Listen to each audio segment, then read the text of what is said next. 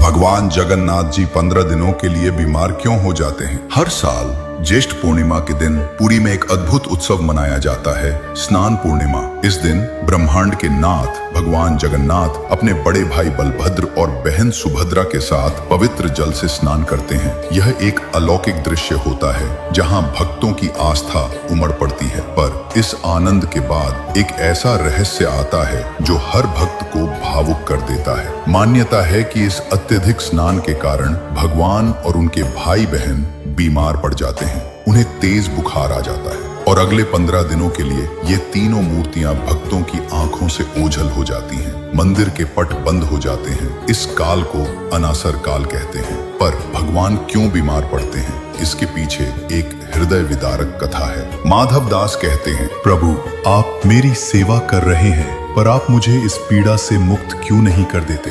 एक पल में मेरी बीमारी ठीक कर सकते हैं आप।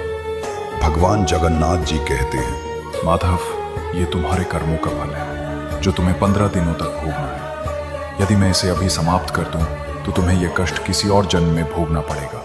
मैं तुम्हें इस कष्ट से मुक्त नहीं कर सकता, पर मैं इसे स्वयं भोग सकता हूँ। और उस दिन से माधव दास की बची हुई 15 दिनों की बीमारी की पीड़ा भगवान जगन्नाथ ने स्वयं अपने ऊपर ले ली। यह उनके भक्तों के प्रति असीम प्रेम और त्याग का प्रमाण था। इसीलिए हर साल स्नान पूर्णिमा के बाद भगवान जगन्नाथ अपने भक्तों के कष्टों को अपने ऊपर लेकर 15 दिनों के लिए ज्वर लीला में लीन हो जाते हैं। इस दौरान मंदिर के मुख्य पट बंद रहते हैं। केवल उनके निजी सेवक दैत्यगण ही उनकी सेवा करते हैं। उन्हें आयुर्वेदिक उपचार दिया जाता है, उनका आराम सुनिश्चित किया जाता है। यह समय मूर्तियों के रंग रोगन और मरम्मत का भी होता है। उन्हें रथ यात्रा के लिए तैयार किया जाता है। यह भगवान के मानवीय स्वरूप को दर्शाता है, जो अपने भक्तों के लिए दर्द भी सहते हैं। 15 दिनों के इस एकांत और उपचार के बाद भगवान जगन्नाथ पूर्णतः स्वस्थ होकर एक नए युवा रूप में दर्शन देते हैं। इसे नव यौवन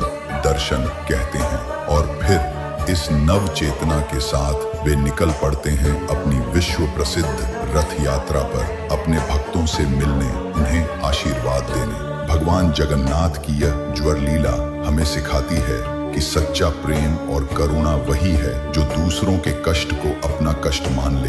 यह हमें याद दिलाती है कि भगवान सिर्फ एक मूर्ति नहीं, बल्कि एक जीवंत भावुक सत्ता है जो अपने भक्तों के लिए हर पीड़ा सहने को तैयार रहते हैं। इसलिए ध्यान में रखें, जो अपने भक्तों का दुख स्वयं सहता है, वही जगत का सच्चा भगवान जगन्नाथ कहलाता है।